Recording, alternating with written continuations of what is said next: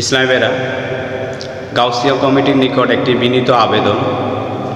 আমার প্রাণপ্রিয় মুর্শেদ কেবলার পাক জবানে শুনেছি, যার লেখাপড়া ভালো তার সার্টিফিকেট ভালো, যার সার্টিফিকেট ভালো তার চাকরি ভালো, যার চাকরি ভালো তার রুজি ভালো, যার রুজি ভালো তার সংসারে অবস্থাটা ভালো, সমাজে তার অবস্থানটা ভালো। গাউসিয়া কমিটিকে বলতে চাচ্ছি, জামাত ইসলামী বাংলাদেশ নামে যে সংগঠন রহিয়াছে, সেই সংগঠনের বাইতুল মাল একটি প্রতিষ্ঠান রয়েছে, যেখানে টাকা সংগ্রহ করা হয়। এই বাইতুল মাল থেকে জামাত সমর্থককারীদেরকে লেখাপড়ার জন্য সহযোগিতা করা হয়, পুস্তক কেনার জন্য সহযোগিতা করা হয়। যার কারণে দেখা গেছে যারা জামাত ইসলাম সমর্থন করে, ছাত্র শিবির করে, তারা সমাজে প্রতিষ্ঠিত হয়ে যায়।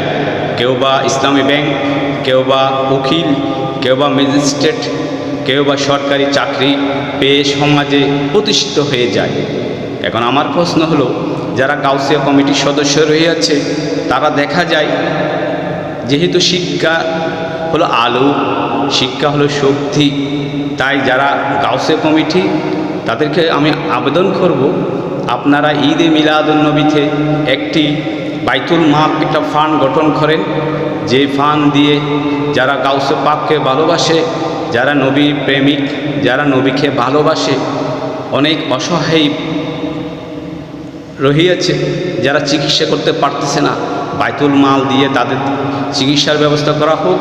অনেক অভাবী রহিয়াছে, যারা তাদের সন্তানকে বই কিনে দেওয়ার মতো সামর্থ্য নেই, তাদেরকে বাইতুল মাল থেকে বই কেনার টাকা দেওয়া হোক, যেটা জামাত ইসলামী করে থাকে। গাউসিয়া কমিটিকে আমি বলবো, জামাত ইসলামকে এই ক্ষেত্রে অনুসরণ করা যাবে। একজন সফল ব্যক্তি হতে হলে একজন সফল ব্যক্তিকে অনুসরণ করতে হবে। তাই ঈদে মিলাদুন্নবীতে গাউসিয়া কমিটিকে আমি একটি অনুরোধ করব, একটি বাইতুল মাল ফান্ড গঠন করা হোক। অসহায় মানুষের মধ্যে ঈদে মিলাদুন্নবীতে বিনামূল্যে পুস্তক বিতরণ করা হোক, অসুস্থ রোগীদের জন্য চিকিৎসার ব্যবস্থা করা হোক। তাহলে হবে সফল মিলাদুন্নবী।